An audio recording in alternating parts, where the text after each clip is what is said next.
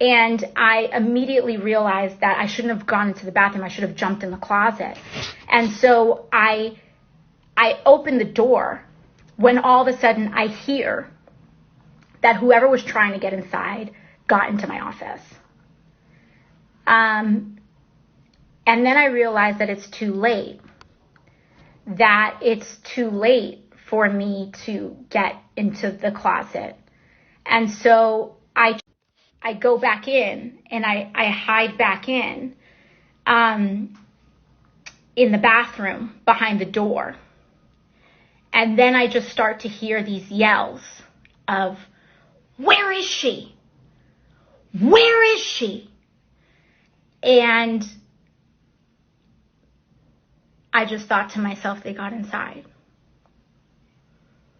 And so I hide behind my door like this, like I'm here, and the bathroom door starts going like this, like the bathroom door is behind me, or rather in front of me, and I'm like this, and the door hinges right here, and I just hear, "Where is she? Where is she?"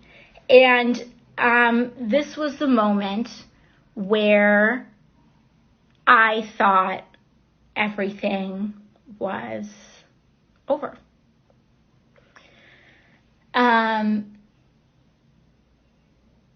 And the weird thing about moments like these is that you lose all sense of time. In retrospect, maybe it was 4 seconds, maybe it was 5 seconds, maybe it was 10 seconds, maybe it was 1 second. I don't know. It felt like my brain was able to have so many thoughts in that moment, between these screams and these yells of, "Where is she? Where is she?"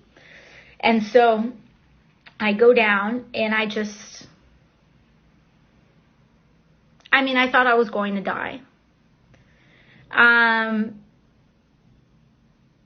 I had a lot of thoughts. You have a lot of thoughts, I think, when you're in a situation like that. And like also one of those thoughts that I had was, I just happened to, be a spiritual person and be raised in that context. And I really just felt like, if this is the plan for me, then people will be able to take it from here. I had a lot of thoughts, but that was the thought that I had about you all. I felt that if this was the journey that my life was taking, that I felt that things were going to be okay. And that, I had fulfilled my purpose. Anyways, sorry guys. So anyways, as I'm hiding in this bathroom, hearing these yells of these men, or just a man, just one man going, "Where is she? Where is she?" I start to look through the door hinge to see if I can see anything. And there's like a door here and there's like another door here. So I'm like trying to look through two door hinges. And so I look through this door hinge and I see this white man in a black beanie just like open the door of my personal office and come inside the personal office and yell again, "Where is she?" And I have never been quieter in my entire life. I was just, I don't even know if I held my breath, but I was just, here behind there, and I just start sliding down. And then all of a sudden I hear my staffer G yell out. And he's like, hey, it's okay. Come out.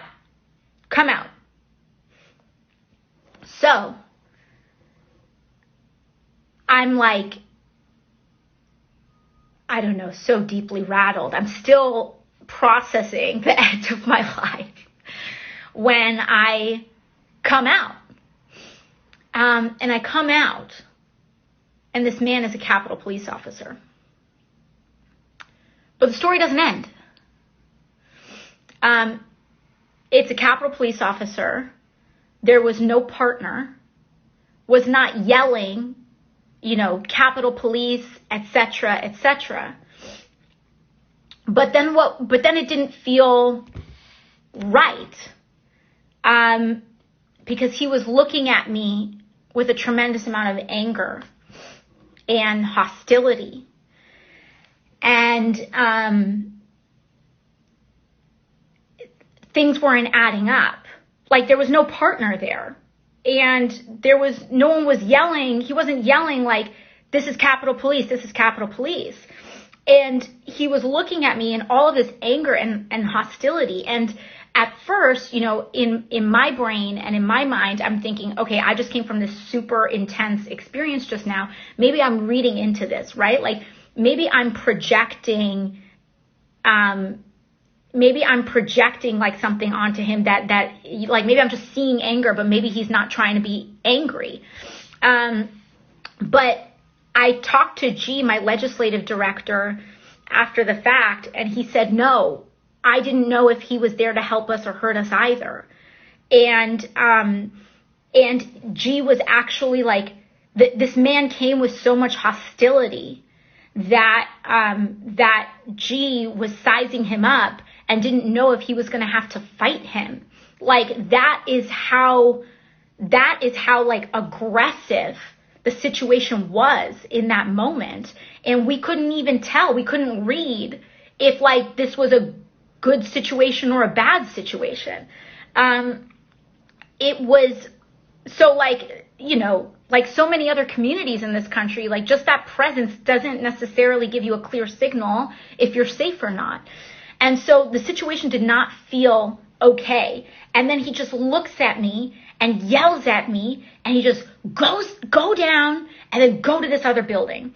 I'm not going to like name the specific building, but he basically says, go down and go to this building. But he just says the name of the building. Doesn't say anything else. But we're so rattled in that moment. And the situation felt so volatile with this officer that I run over, I grab my bag, and we just start running over to that building.